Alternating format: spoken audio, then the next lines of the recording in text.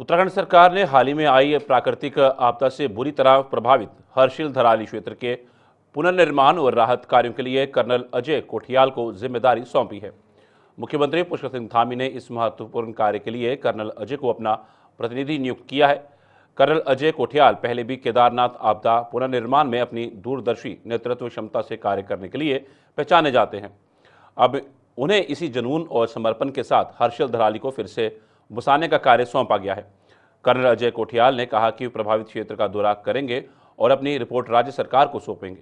Colonel Ajay Kothiyal ने कहा कि उनके द्वारा नीम के ही पुराने स्ट्रक्चर को जो इस क्षेत्र को जानते हैं उनके साथ आपदा राहत बचाव के कार्य करेंगे। कर्नल कोठियाल ने कहा कि जल्द ही संसाधनों के उस क्षेत्र के पुनर्निर्माण पर कार्य करेंगे क्योंकि ये क्षेत्र सीमांत क्षेत्र में भी आता है।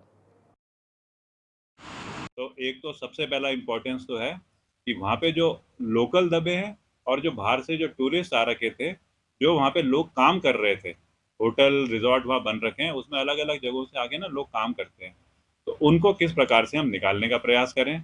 उसके बाद में दूसरा इम्पोर्टेंस है कि अभी कुछ समय के बाद में जैसे ही मानसून खत्म होता है तो चार धाम यात्रा तो शुरू हो जाएगी। गंगोत्री धाम में दुनिया भर से जो श्रद्धालु एक भावना के साथ में आते हैं, उसको कैसे हम श्रद्धा को मेंटेन कर सकें, यात्रा को अनइंटरप्टेड कैसे बना सकें।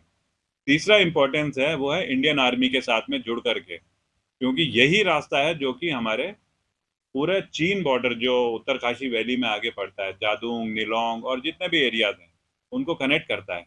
इस रास्ते को कैसे उसके लिए मेंटेन करा जाए। चौथा इम्पोर्टेंस हमारा है कि हर्षिल का ये जो धराली का जो एरिया है, ये ना एक बहुत इम्पोर्टेंस टूरिज्म के लिए, एम्प्लॉयमेंट के लिए, रेवेन्यू के लिए बहुत अच्छा एक मॉडल बनता जा रहा था। अब लोगों का ना सब खत्म हो गया है वहाँ पे। कैसे उनका रिहेबिलिटेशन होना चाहिए, क्या रिहेबिलिटेशन उसी स्थान पे होना चाहिए, क्या वहाँ से कुछ लोगों की रिक्वायरमेंट है कि लंका की तरफ चले जाएं, कुछ लोगों की रिक्वायरमेंट है आसपास कहीं रिहेबिलिटेशन करा जाए। इसको कैसे जनता के साथ में समझ करके आगे की प्रोसेस करी जाए।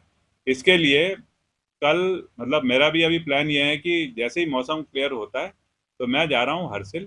हर्षिल में हेलीपैड है बगोरी में जो अभी एक्टिव है, उस हेलीपैड से लैंड करके हर्षिल, मुखबा, धराली, ये तो हैं जो आपदाग्रस्त है मेन मुखबा, लेकिन उसी के साथ में मुखबा और अपना धराली और उसके आगे एक ना बड़ी झील बन गई है।